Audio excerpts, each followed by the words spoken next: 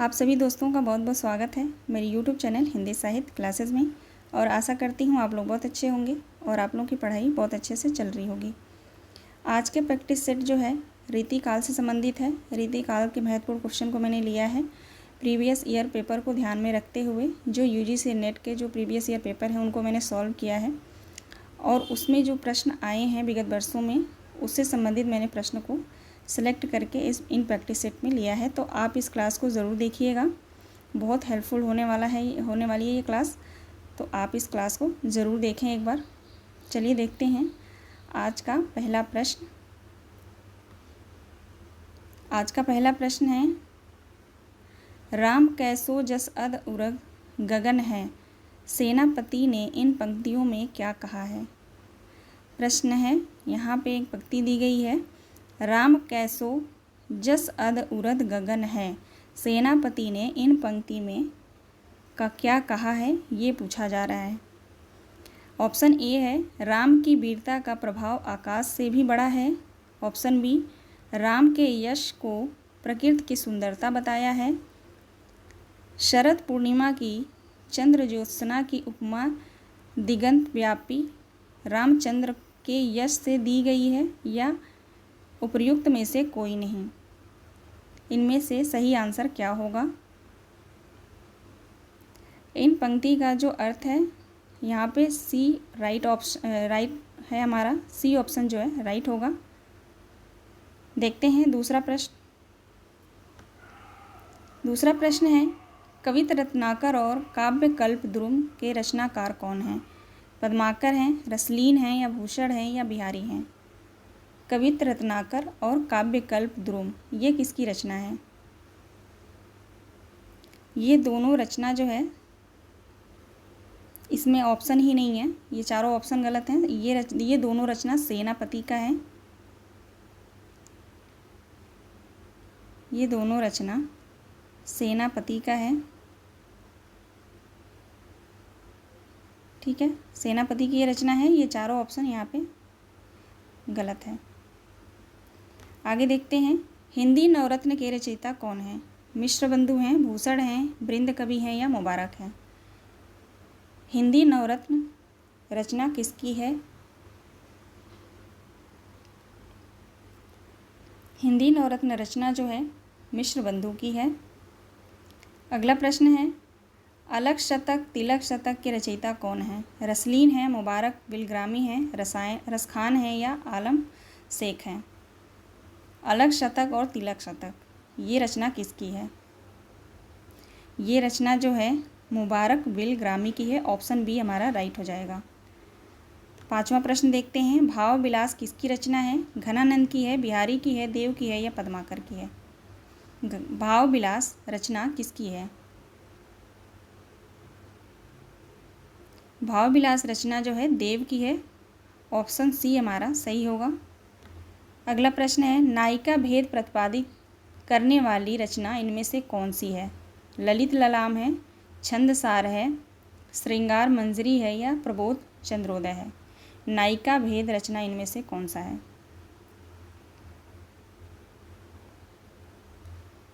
Right option होगा यहाँ पे सी श्रृंगार मंजरी। अगला प्रश्न है यहाँ पे, किस कवि ने भक्ति श्रृंगार और वीर तीनों विषयों पर अधिकारपूर्ण रचना जो है लिखा है। भूषण ने, पद्माकर ने, सूरत मिश्र ने, या मतीराम ने।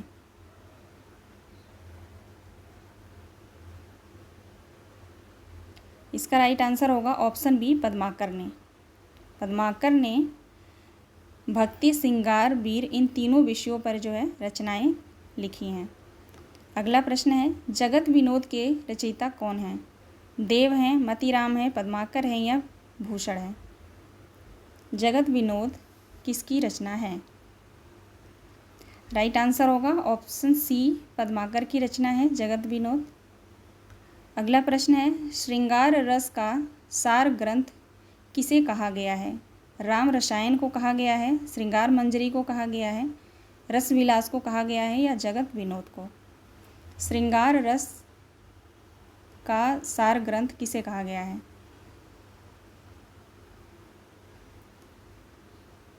सही जवाब होगा ऑप्शन डी, जगत विनोद को। अगला प्रश्न है, पद्माकर ने किसके अनुरोध पर हितोपदेश का अनुवाद किया था? सरदार अदाजी के या प्रताप शाही के, राजा जयलाल के या भाव सिंह के? पद्माकर ने किसके अनुरोध पर हितोपदेश का अनुवाद किया था? इसका राइट आंसर होगा ऑप्शन ए, सरदार अदाजी। अगला प्रश्न है, पद्माकर का अलंकार ग्रंथ कौन सा है? प्रबोध पचासा है, पद्माभरण है, जगत विनोद है या राम रसायन है? इनमें से कौन सी रचना पद्माकर की अलंकार ग्रंथ है? राइट आंसर है ऑप्शन बी, पद्माभरण। पद्माभरण जो रचना है वो अलंकार ग्रंथ रचना है। अगला प्रश्न है, पद्माकर जी की वह रचना जो दोहा छंद में है? प्रबोध पचासा है, जगत विनोद है, राम रसायन है या पद्माभरण है? इनमें से कौन सी रचना पद्माकर की है जो दोहा छंद में है?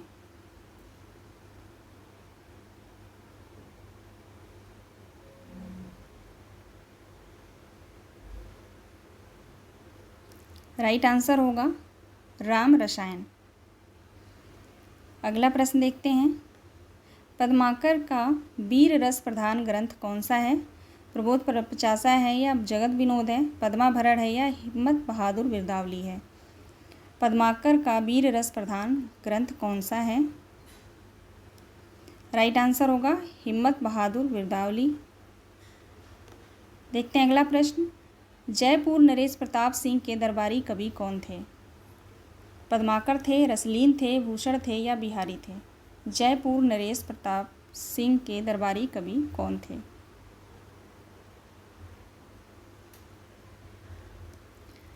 सही जवाब है पद्माकर, ऑप्शन ए हमारा सही हो जाएगा। अगला प्रश्न है, उज्ज्वल नीलमणि का विषय क्या है?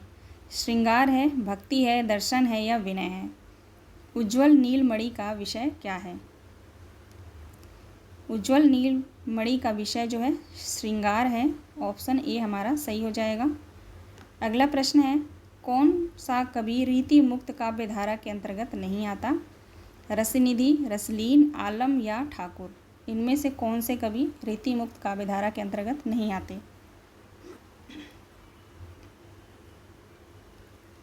राइट आंसर होगा रसनिधि। हमारा राइट आंसर होगा रसनिधि। बाकी तीन जो कवि हैं ये रीति मुक्त काव्यधारा के अंतर्गत आते हैं।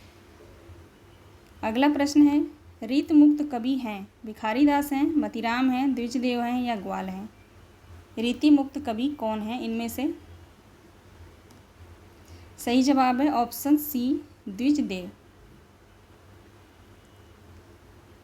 अगला प्रश्न है, रीति काव्य में कौन सा काव्य रूप अपनाया गया? प्रबंध काव्य, मुक्तक काव्य, कथा या चंपू?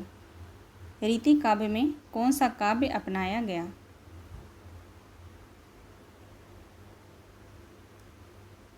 राइट आंसर होगा ऑप्शन बी, मुक्तक काव्य। अगला प्रश्न देखते हैं, निम्नलिखित रचनाओं में से सतसई परंपरा की सबसे पहली रचना कौन सी है? निम्नलिखित रचनाओं में सतसई परंपरा की सबसे पहली रचना कौन सी है? गाथा सप्तशती, आर्या सप्तशती, वीर सतसई या बिहारी सतसई? इनमें से कौन सा सही ऑप्शन होगा?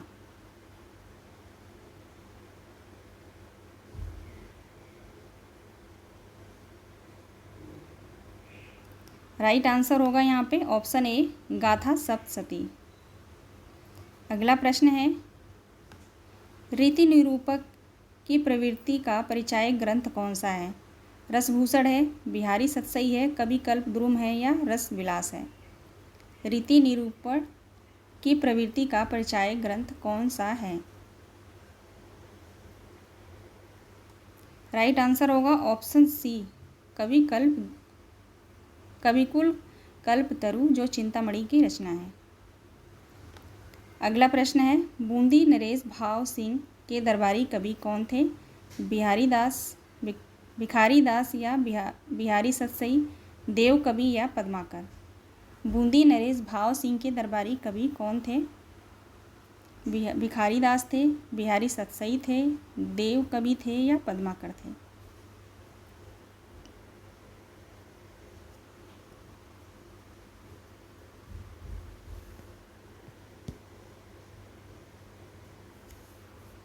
इसका राइट आंसर मतीराम होगा। टाइपिंग मिस्टेक है यहाँ पे, मतीराम होगा।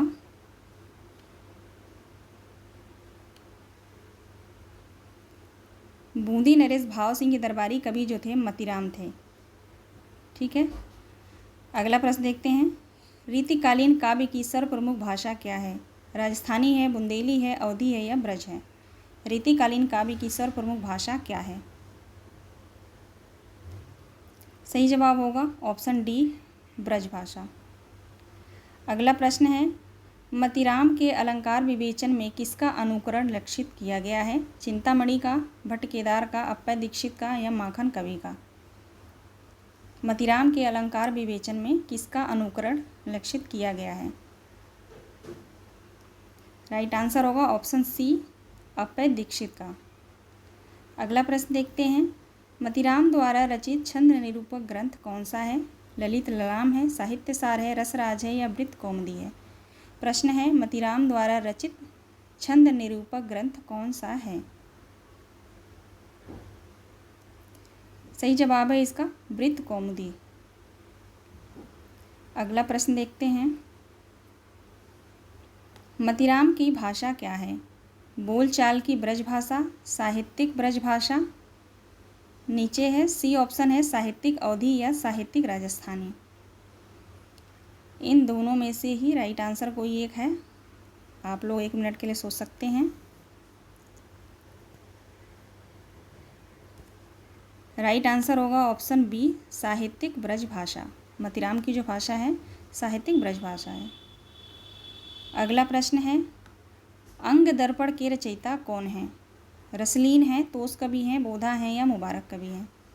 अंग दर्पण के रचनाकार कौन है? राइट आंसर है ऑप्शन ए, रसलीन। अगला प्रश्न देखते हैं। विरह बारिश किसकी रचना है? आलम की है, बोधा की है, रसलीन की है या मुबारक कवि की है? विरह बारिश किसकी रचना है?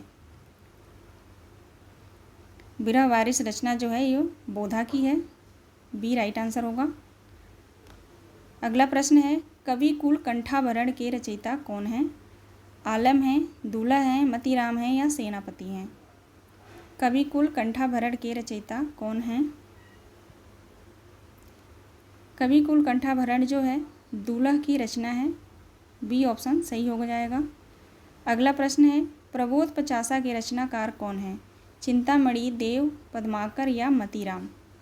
प्रबोध पचासा किसकी रचना है? प्रबोध पचासा जो रचना है वो पद्माकर की है, सी ऑप्शन हमारा सही हो जाएगा। अगला प्रश्न है, द्रोण पर्व किसकी रचना है? देव की है, लाल कवि की है, कुलपति मिश्र का है या पद्माकर की है? द्रोण पर्व किसकी रचना है?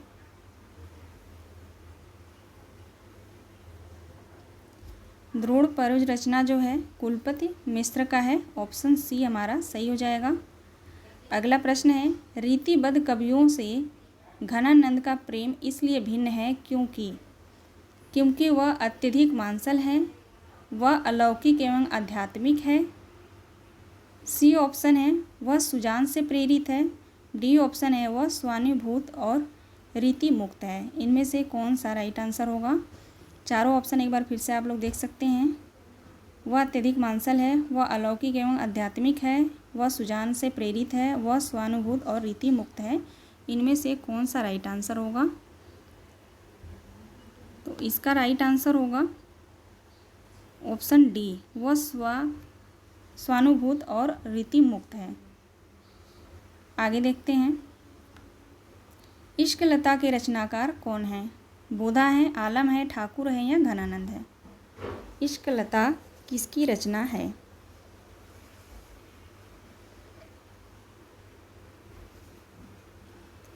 इश्क लता जो रचना है वो घनानंद की है, डी ऑप्शन हमारा सही हो जाएगा। और इश्क नामा जो रचना है वो बोधा की रचना है। अगला प्रश्न है, रस का साक्षात अवतार किसे कहा गया है? बोधा को, आलम को, घनानंद को या रसनिधि को? रस का साक्षात अवतार किसे कहा गया है? सही जवाब है इसका ऑप्शन सी, घनानंद को। अगला प्रश्न है, रीति मुक्त कवियों के संबंध में कौन सा असत्य है? यहाँ पे असत्य कथन बताना है रीति मुक्त कवियों के संबंध में। ऑप्शन ए देखते हैं, ये कवि प्रेम की पीर के गहरे अनुभवी थे, इनका प्रेम एक पक्षीय था, इनकी प्रेमिकाएं ही इनके काव्य के मूल प्रेरक शक्ति रही, इनका प्रेम उभय पक्षी था। इनमें से कौन सा एक कथन जो है असत्य है, ये बताना है। राइट आंसर होगा ऑप्शन डी, इनका प्रेम उभय पक्षी था, ये असत्य है। बाकी जो 3 कथन हैं वो सही हैं। आगे देखते हैं, रीति मुक्त कविता की विशेषता है, इनमें से कौन सी विशेषता जो है रीति मुक्त कवियों की है? ए है, यह आंतरिक अनुभूतियों का काव्य है, यह मूलतः आत्म प्रधान और व्यक्तिगत हैं। तीसरा है, यह सभी प्रकार की रूढ़ियों से मुक्त हैं। चौथा है, अभिव्यंजना में यह अभिधा मूलक हैं।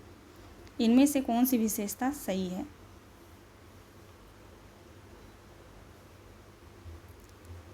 इसका राइट आंसर होगा ऑप्शन ए, 1, 2 और 3। यहाँ पे 1 जो है यह आंतरिक अनुभूति का काव्य है, राइट है।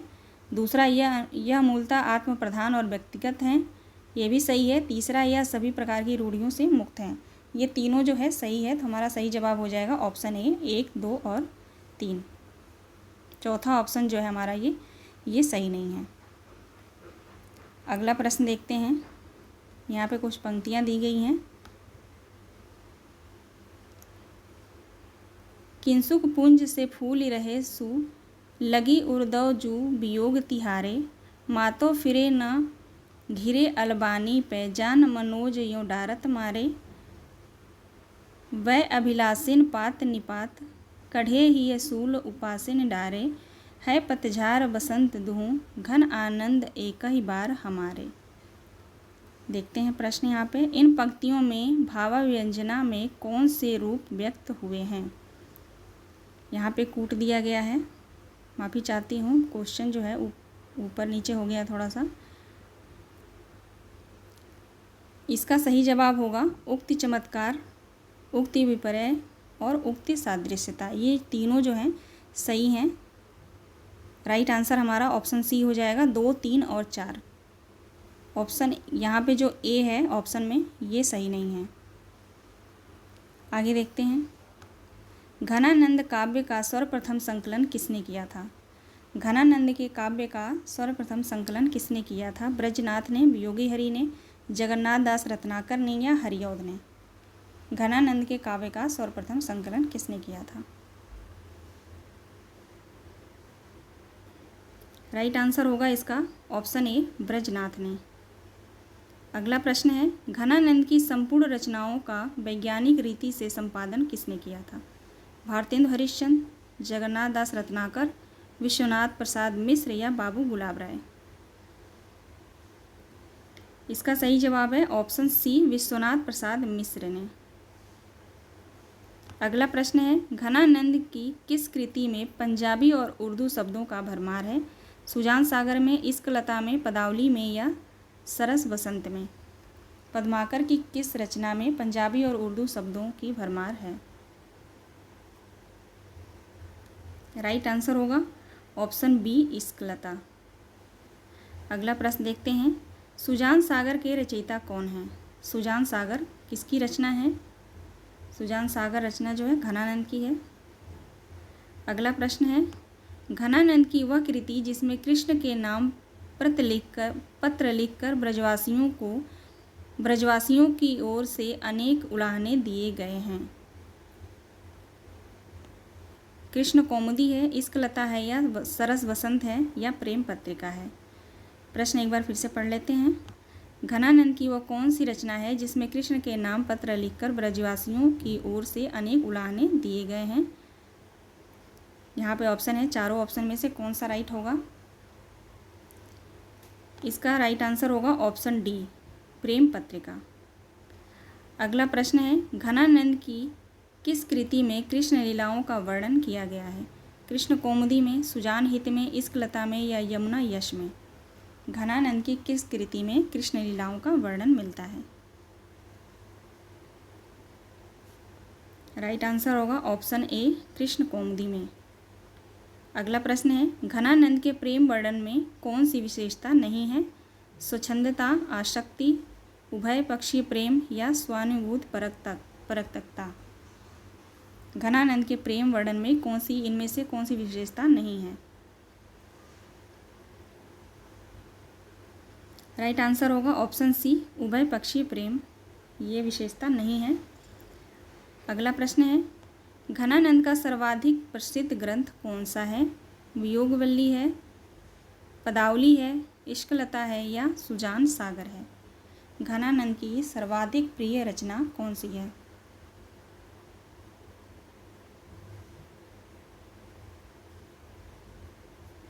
सही जवाब है इसका ऑप्शन डी, सुजान सागर। अगला प्रश्न देखते हैं, घनानंद को साक्षात रस मूर्ति किसने कहा है? आचार्य शुक्ल ने, विश्वनाथ प्रसाद मिश्र ने, हजारी प्रसाद द्विवेदी ने या शिवगान सिंह चौहान ने?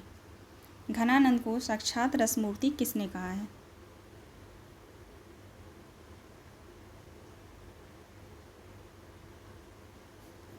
राइट आंसर होगा इसका आचार्य रामचंद्र शुक्ल ने। अगला प्रश्न देखते हैं, वियोग सिंगार का प्रधान मुक्तक कवि कौन है? मतीराम है, घनानंद है, भिखारी दास है या देव है? वियोग सिंगार का प्रधान मुक्तक कवि कौन है? राइट आंसर होगा ऑप्शन बी, घनानंद है। अगला प्रश्न देखते हैं यहाँ पे, घनानंद के जीवन की वह घटना जिसके फलस्वरूप इन्हें वैराग्य हो गया, ये वृंदावन आकर भक्ति साधना करने लगे, है ना। प्रश्न आप लोग एक बार फिर से देख लें, घनानंद की वह घटना घनानंद के जीवन की वह घटना जिसके फलस्वरूप इन्हें वैराग्य हो गया और ये वृंदावन आकर भक्ति साधना करने लगे। इसका ऑप्शन नीचे दिया गया है, मैं सीधे डायरेक्ट बताती हूँ आप लोगों को। डी जो है इसका राइट आंसर होगा, प्रियतमा सुजान द्वारा इनके साथ विश्वासघात किया जाना, ये हमारा सही उत्तर है इसका। अगला प्रश्न देखते हैं, चंडी चरित किसकी रचना है? इनमें से चंडी चरित किसकी रचना है? गुरु गोविंद की, पद्माकर की, निराला की या सुमित्रानंदन पंत की? चंडी चरित रचना जो है गुरु गोविंद सिंह की है। अगला प्रश्न देखते हैं, सिखों के दसम ग्रंथ में गुरु गोविंद सिंह की कितनी रचनाएं संकलित हैं? प्रश्न है, सिखों के दसम ग्रंथ में गुरु गोविंद सिंह के कितनी रचनाएं संकलित हैं? 15, 16, 20 या 21? राइट आंसर है इसका 16 ग्रंथ, बी ऑप्शन सही हो जाएगा। अगला प्रश्न है, गुरु गोविंद सिंह की किस रचना में श्रृंगार रस का भी रंग है? चंडी चरित में, सुनीति प्रकाश में, 24 अवतार में या इनमें से सभी? प्रश्न है, गुरु गोविंद सिंह की किस रचना में श्रृंगार रस का भी रंग मिलता है? राइट आंसर होगा 24 अवतार, सी ऑप्शन हमारा सही हो जाएगा। तो आज का ये लास्ट क्वेश्चन था, 50 क्वेश्चन थे टोटल।